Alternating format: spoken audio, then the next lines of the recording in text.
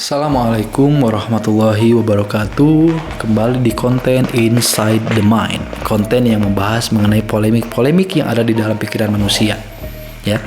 Nah, sekarang kita akan membahas mengenai Law of Attraction, hukum yang digadang-gadang, hukum yang unik, hukum unik, hukum yang bisa memberikan manusia apapun yang mereka inginkan. Ya. Nah, saya sudah membaca kok banyak buku mengenai Law of Attraction. Ada buku yang hijau tuh, lupa lagi saya namanya. Bahkan di sini juga saya ada beberapa kok. Coba ya saya cek.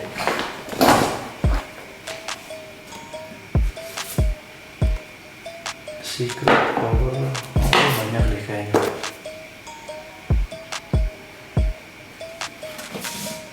Nah, perasaan saya ini baca buku-buku Law of Attraction ini banyak, cuman males nyarinya. Ini aja deh yang mudah. Contoh, Napoleon Hill, Think and Get Rich, berpikir dan menjadi kaya. Ini saya ada 2 cetakan. The Magic of Thinking Big. Oh, bukan. Ini buku yang satu lagi, Berpikir dan Berjiwa Besar. Napoleon Hill, bukan. Ini buku David J. bacanya? J. Schwartz atau apalah. Berpikir dan Berjiwa Besar.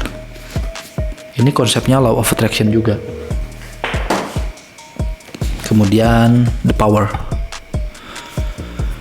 Yang bikin buku ini adalah orang yang sama dengan yang membuat buku The Secret.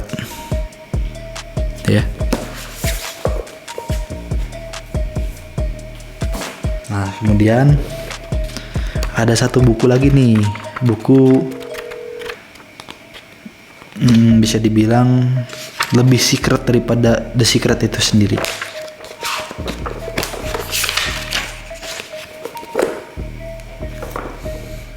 The Secret of the Secret, rahasia di balik rahasia. Kalau bahasa kitabnya Sirul Asror. Ya, rahasia di balik rahasia, The Secret of the Secret. Nah, dari buku-buku itu saya mempelajari bahwasanya Law of Attraction ini tidak semudah yang kita pikirkan. Mendapatkan apa yang kita inginkan tidak semudah hanya berpikir positif, tidak semudah hanya visualisasi, tidak semudah hanya dengan memiliki keyakinan kuat terhadap apa yang kita inginkan. Nggak semudah itu. Banyak konsepnya yang harus dipelajari. Ada step by stepnya, dari mulai atensi, visualisasi, kemudian bonding, segala macam itu ada. Ya, jadi masalah Law of Attraction ini tidak semudah apa yang kita pikirkan. Oleh karena itu, bagi teman-teman yang memang merasa pembaca buku-buku itu, saya sarankan lebih banyak baca lagi. Ya, buku soal The Law of Attraction ini harus lebih digali lagi. Karena yang saya dapatkan, si ronde apa sih ini? Gue lupa lagi deh. Ronde Bayer atau apa gitu. Ronda bir ini. Aduh, saya nggak terlalu fasih dalam penyebutan bahasa Inggris ya. Orang yang bikin buku ini ternyata dia bikin banyak buku juga soal Law of Attraction. Jadi buku yang dia buat tentang Law of Attraction bukan cuma satu. Ya, ada The Magic, ada The Power, terus kemudian Magic of Money atau apa gitu. Law of Attraction cuman berkaitan dengan uang dan harta. Itu ada. Jadi yang saya baca dari buku-buku itu, ya memang Law of Attraction ini tidak segampang yang kita pikirkan. Ada yang namanya atensi itu harus bagaimana ya. Kemudian kita harus menghilangkan yang namanya mental block. Jadi salah satu konsep di dalam dunia adalah Law of Attraction ini, selain daripada meyakini apa yang akan kita dapatkan, kita juga perlu menghapuskan apa yang menjadi penghalang terhadap keyakinan tersebut. Ya.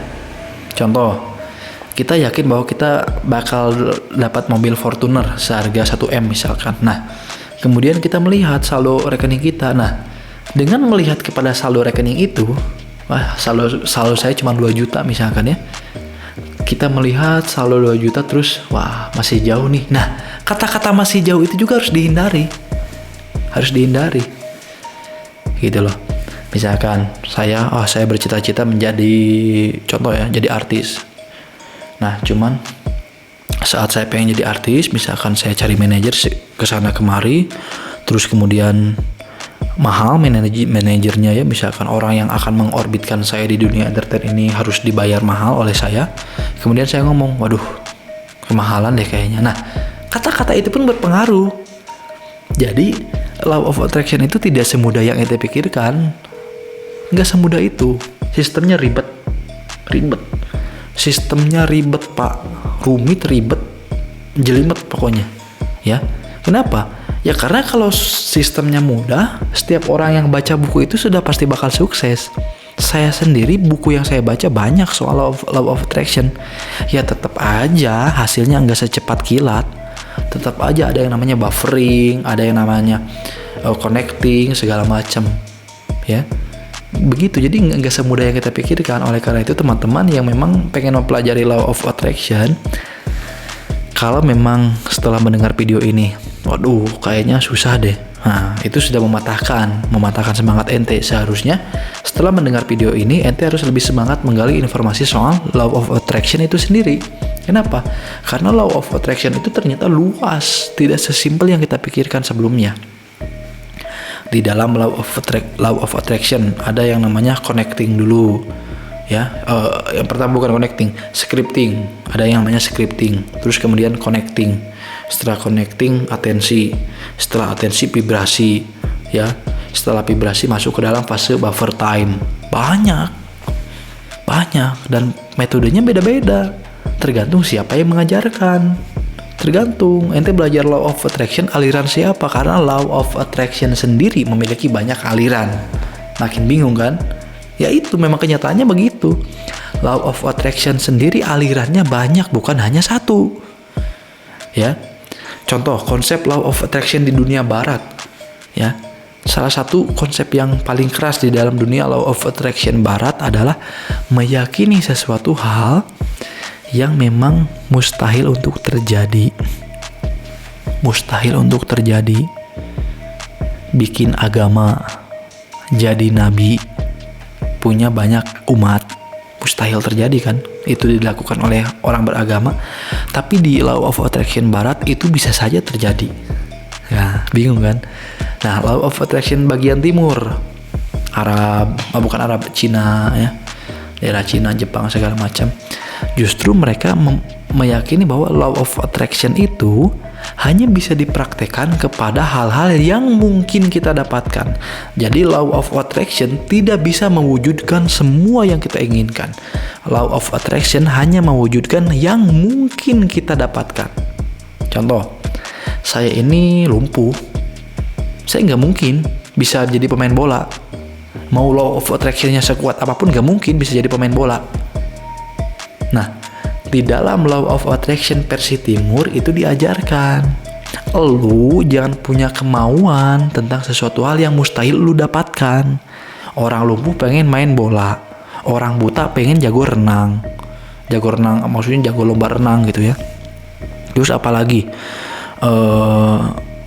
orang, contoh misalkan ya, orang yang gajinya bukan gaji apa ya, yang lebih mustahil untuk dikejar lah. Contoh, orang yang sekarat tiba-tiba mengharapkan umur panjang, kan susah. Maksudnya sudah sekarat, dia orang yang sudah benar-benar kesakitan, sudah mau mati, tapi orang ini disuruh law of attraction agar dia selamat, tetap susah. Gitu ya. Jadi di dalam konsep law of attraction barat dan timur pun berbeda. Ada banyak perbedaan. Nah, makanya untuk teman-teman yang memang mencintai konsep law of attraction, saya menyarankan agar lebih banyak-banyak lagi membaca. Karena jangan sampai waktu Anda terbuang sia-sia mempraktekkan law of attraction dengan cara dan metode yang salah. Jangan sampai seperti itu. Oleh karena itu, saya berpesan agar banyak-banyak membaca dan mencari referensi soal law of attraction, agar Anda saat mempraktekkan law of attraction sesuai dengan metode yang jelas, yang sudah diuji oleh para pakar law of attraction, yang sudah diuji oleh banyak ilmuwan. Begitu ya. Konsep dalam agamanya apakah ada law of attraction? Ada. Di dalam agama Islam kan ada dalil. Aku tergantung prasangka hambaku. Ada dalil itu kan. Oleh karena itu kita harus memiliki prasangka baik terhadap apapun yang kita inginkan. Dalam konsep agama Islam ada yang namanya husnuzon. Jangan ente pikir husnuzon itu kepada orang lain aja. Husnuzon itu harus kita praktekkan dalam berbagai hal. Husnuzon itu harus kita praktekkan dalam berbagai hal. Nah, salah satu yang harus kita lakukan untuk berhusnuzon adalah husnuzon kepada hajat dan cita-cita yang kita inginkan. Semoga video ini membantu. Wassalamualaikum warahmatullahi wabarakatuh.